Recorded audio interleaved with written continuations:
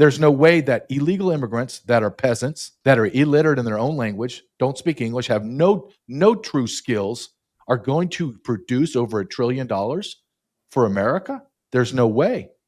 There's absolutely no one's going to convince me that.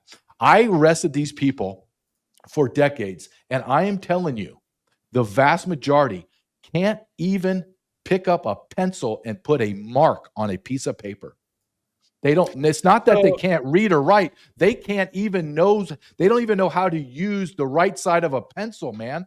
So, understanding your argument descriptively, what you're saying is the Uniparty has allowed tens of millions of illegal migrants into our country. Their economic productivity is overstated. Their consumption of welfare services is understated. And as a result, these people are not that great for the United States. And so we're effectively selling ourselves a mythology of the noble migrant. Yeah, in the very broadest sense, yes, that's true. Well, your statement of that's true. There's a plethora of other things: crime, cultural destruction, societal norms being destroyed. I don't want this just to be an economic debate. This is much broader. This is about the sovereignty of the United States of America, our cultural norms, our demographics. Listen, I did not vote for Black Americans to be displaced as the number one minority in America. Overall, how is it good for America to bring in all these people and dilute my nation? I didn't vote for it. Now, if you and I voted for this, Connor, if we went, the legal immigrants are 1.2 million allowed into America every year.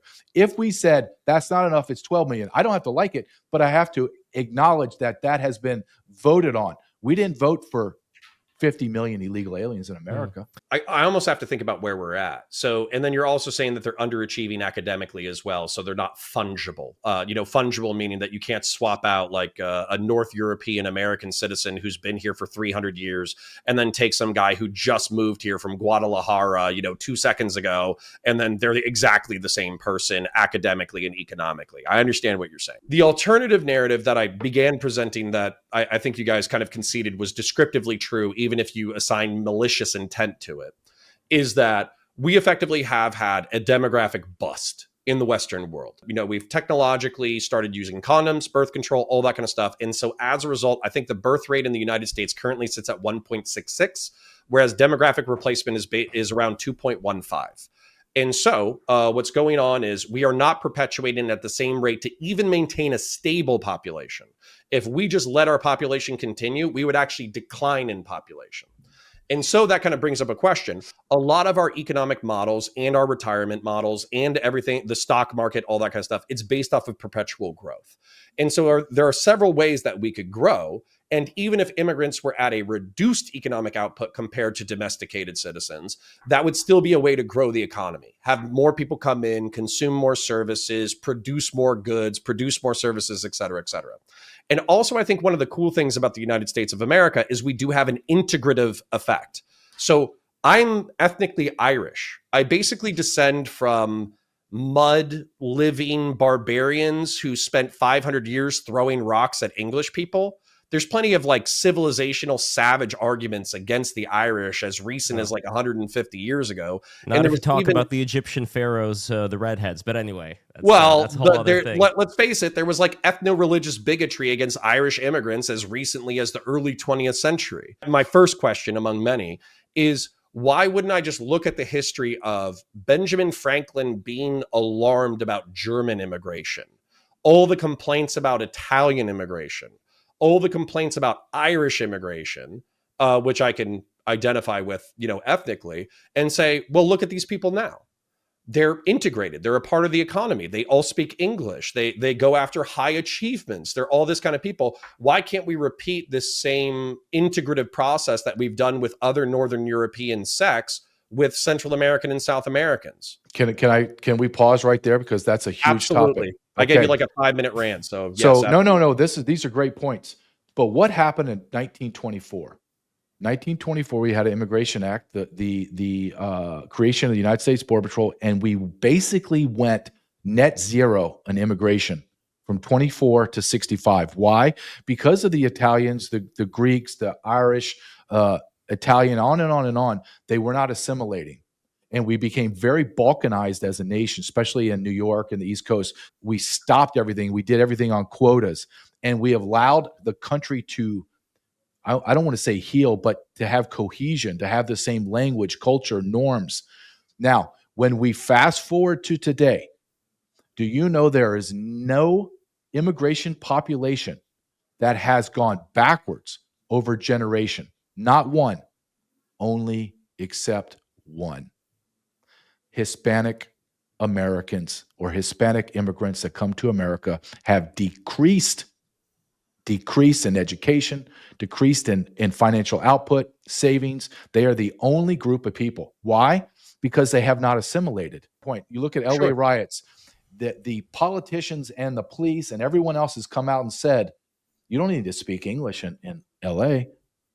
You just speak Spanish. Everyone speaks Spanish. So no assimilation is happening. Well, I would like to show off my conservatarian chud credentials right now. Okay. Would you? So there are people who are born citizens, right? So they're quote unquote second generation. They're born to a Hispanic family, whatever. Would you be okay with or prefer? Like, they have a legal stance being here pending the Constitution being repealed, because I don't think you can get past the language of birthright citizenship. I don't think you can. Oh, I totally disagree with you on that. Totally disagree. And we can talk about that later, but I totally disagree with you. So yeah, I think it's an uphill battle on your end. So let's just presume for now, let's just run a hypothetical. Let's say that birthright citizenship stays. Okay. With those first and second generations, because often it's like the second and third generation that either integrate or don't integrate into society, would you be okay with an intentional pro-American, pro-civic institution, pro-constitution, pro-English, because I actually want a single language or like a preferred language within the United States of America, integrative educational programs similar to what you're saying we did in the early 20th century? For all Americans? Yes. Yeah. What we don't have civics. We don't have, no one understands that. Everyone, I mean, everyone talks about our democracy. We're not a democracy. We're a republic. Yeah, of course, I would have no problem with that. In fact, I would love that to be infused in our education and remove the transgender insanity out. Okay. Yeah. So the I might be a little bit more progressive or liberal in some regards, but the point is that, like, one of my frustrations with liberals, one of my frustrations with progressives, is the fact that they don't think that we need a shared narrative or a shared language or a shared history. And I think that's totally crazy pants. I think that a nation state and a culture, oftentimes, I just heard this today, is the results of like shared stories about history and where we come from. My objection, if I was going to give pushback to your side, though, is that I feel like there's oftentimes a pretense that Central Americans and South Americans can't integrate into our society because there's this like parallel narrative that does not mesh well with what's going on inside the United States. But I don't think that's true. The reason why I don't think that's true, and then I'll stop talking, is because if you look at Central America, South America, they're effectively the product of like three cultures. They're Native American, so this is technically originally their continent, so I don't think we can kick them out just for the crime of being Native American. Number two, they're Spanish, so they're European. They're swarthy Mediterranean Europeans, but they're still Europeans. And then they're Portuguese, which is an even swarthier Mediterranean European, but they're still European. And so when you're talking about like the differences between like a colonial Spanish project and a colonial Anglo project, it's not that there aren't differences, but they're parallel.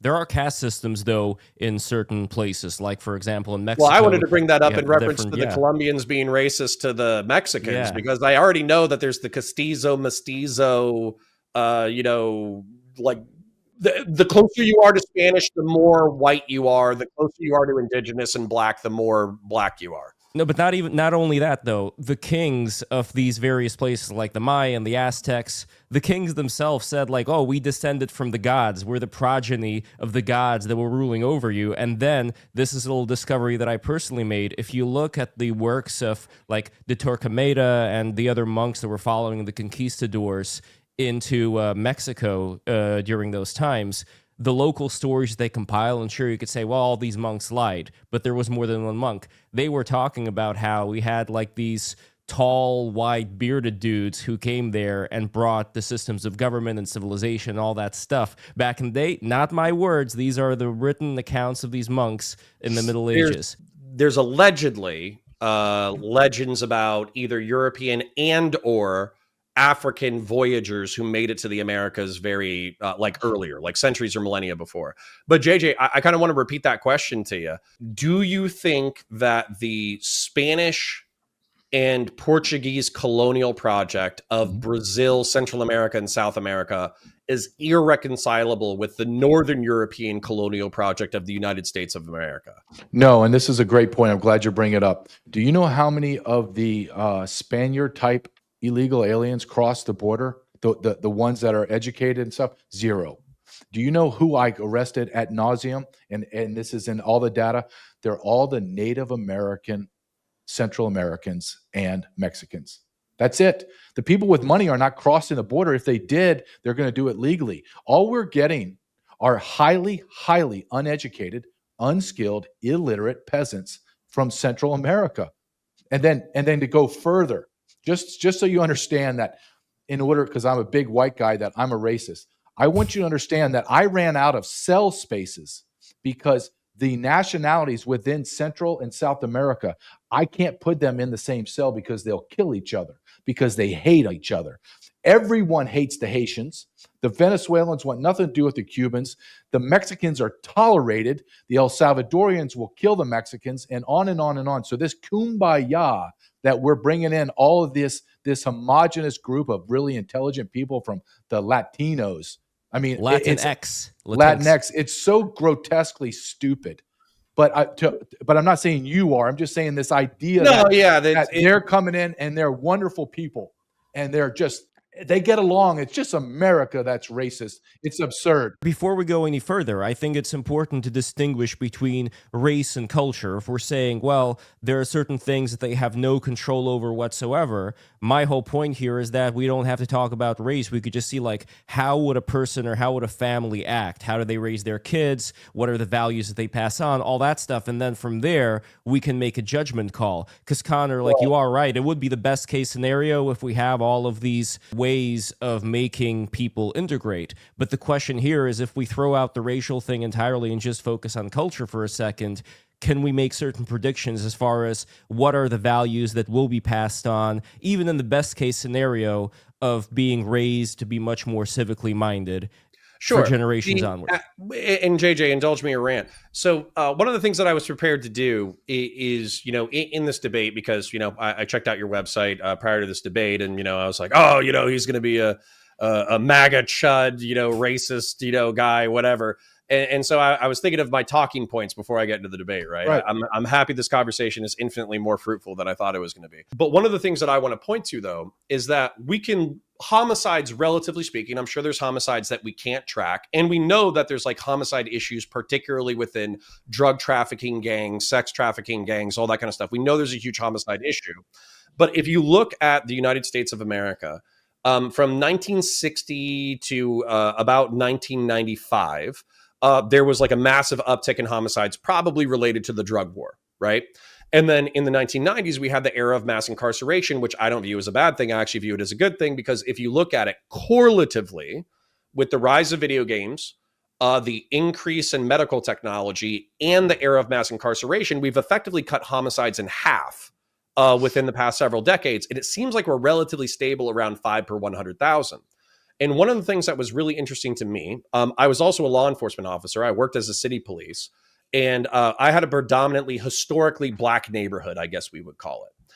And the historically black neighborhood, if we had a homicide in the city, it was in that neighborhood. You know what I'm saying? I probably worked half a dozen homicides within the black community because they had an honor community related to gang culture. The interesting thing is, when this happened as I was leaving, the migrants came in and they basically took over everything. They gentrified the black neighborhood. And what ended up happening, though, is we had a precipitous drop in violence. But the precipitous drop in violence was caused by two things. One, We just didn't have as many homicides because we didn't have the same level of gang culture. A lot of these people were just agricultural workers, and so they just weren't as into gang shit as everybody else. But number two, when it came to domestic violence and other things related to that, they didn't call police because they didn't want to involve law enforcement. And so for me, maybe I'm being a selfish gringo bastard, but I would almost prefer to have a quiet, self-contained, reduced violence Hispanic migrant neighborhood, then I would prefer to have like the very aggressive gang drug culture of the previously historically black community. So Before I just JJ want to throw that out responds, I know, JJ, you've got a lot to say here. My quick take on what you were saying, Connor, is that it does seem like if we look at Mexico today as an example, there are these self-contained communities where everybody knows each other, but whatever thing is going on within the culture is something that has at the same time allowed for a proliferation of all these drug cartels to form. There doesn't seem to be as much minding of the store of your own country, despite what you said. And that's a big Sure. concern. But anyway, JJ, let me know what you think. I do agree that less than 2% of the population, that's males, black males from like 16 to 34. I think they're less than 2% of the population. They accumulate or they cause 50% or over 50% of the homicide murders. So that's a problem. The idea, though, that the Hispanic community or the illegal alien population, because maybe we need to go broader than just the Hispanics because that's how we get focused in on Mexico. 180 nationalities were arrested out of 195 nations in 4 years. We have 200,000 plus special interest aliens. Those are males that have been tied to terrorism. 200,000 of them were arrested and released into America from the Middle East and the continent of Africa. Over 1 million Venezuelans, 500,000 of voodoo Haitians, 200,000 known Chinese, 200,000 Russians. So it's a plethora of everyone. The idea that Hispanics, for example, your example, have less crime than blacks or less crimes than the average American. That's the ultimate thing from the left is they have less crime. They commit less crimes than U.S. citizens. I dispute that completely. But my retort always is, okay, let me just for the sake of argument agree with you. Is it still okay that Miss Moran with 5 kids was brutally raped almost to the point that she's dead, and the guy rapes her again and throws her into a ditch? Joshua Nungary, 12 years old, raped for 2 hours by 2 Venezuelan pieces of trash and then thrown in the garbage. I could go on and on and on because I can state and show you studies of showing the endless rapes, the endless murders. And here's the thing no one really wants to talk about because it's dirty, is in Mexico, in Central America, in South America, what is the most prevalent thing ever that repulses Americans? And that's pedophilia. And that culture believes that a child can consent at 12 or 13 years old. Sure. And that's what's racing through our communities is pedophilia. But let me explain to you, and maybe you can verify this for the audience, Connor. When a person is arrested by the police and sheriff, and their data is inputted, that person's not going to tell you where they're from. They're going to say LA or something. And then because we don't know, the police officers don't have some drop-down box to put Hispanic. This is what they do. U.S. citizen, white.